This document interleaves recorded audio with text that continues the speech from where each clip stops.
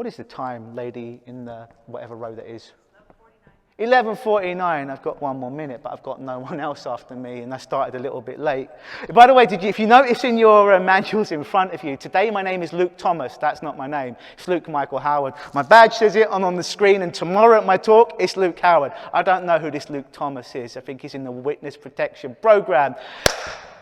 When is it okay to ask a what-if question? Well, when you do a presentation like this. So, anyone got any questions about, I know I vomited over you a lot of beautiful information today in the nice, most pleasant way possible. Does anyone have any questions about any of that stuff that I covered today? If you do, I'm going to stay here and answer because there's no one following me because I think we've got lunch after this.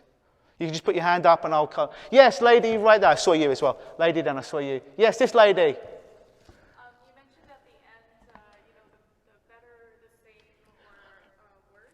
Yeah.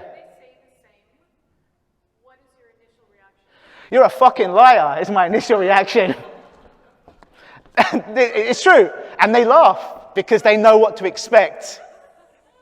The lady asked if a client's come to me and I asked them if the problem on session 2 or subsequent sessions is better, worse, or the same.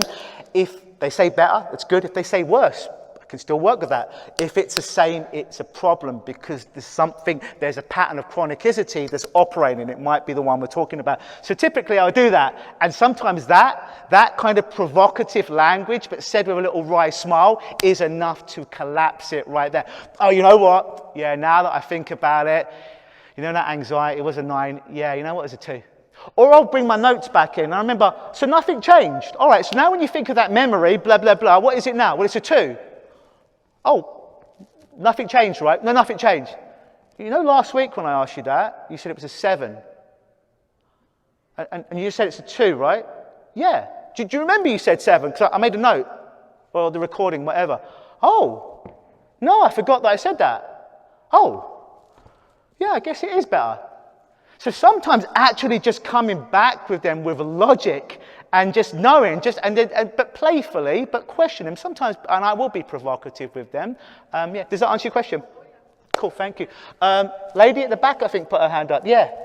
Yeah, can you hear me okay? I can hear you okay, yeah. Beautiful.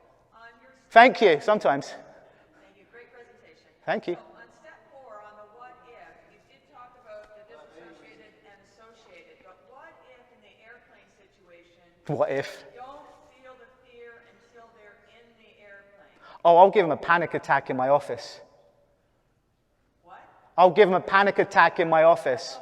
I'll prod it and I'll make sure they feel it. Because here's one thing I know doing this for 23 years. If they're dissociated from the problem in my office, I cannot collapse it. I cannot help them or aid them in collapsing it themselves. Because I don't believe I'm doing any work. I believe they're doing the work. I'm just guiding them. They need to be in it. Because even if we just take away all the hocus pocus and nonsense, if we look at neuroscience, the only way to collapse it is to be inside it. It's got to be lit up. If it's not lit up, it's almost like trying to be a fighter, right? And you've never had a fight, you've never sparred with anyone, you're a boxer or an MMA fighter, and all you do in your room is you hit the air, but you never spar or you never fight with someone, and now we put you in the UFC, or now we put you in a real fight. It doesn't matter how often you were punching air or a bag, if you haven't trained with real bodies, you're going to get your ass kicked.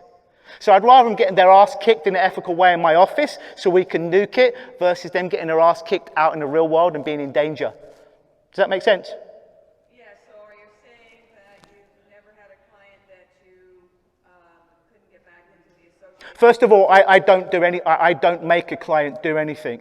I don't change them, I don't heal them. I just have a space for them to step into to make those particular changes. Now, I know that they can have panic or whatever the emotion is. Otherwise, they wouldn't call me. If they couldn't associate into the problem, they wouldn't have called me. But they just forgot to bring it to my session. So I need to make sure they bring the problem to the session. And if they forgot, I need to erect it in the session to bring it up because it's the only way I can help them. Like the Navy SEAL, we can only destroy the building if we put the Semtex and the explosives at the bottom of the building.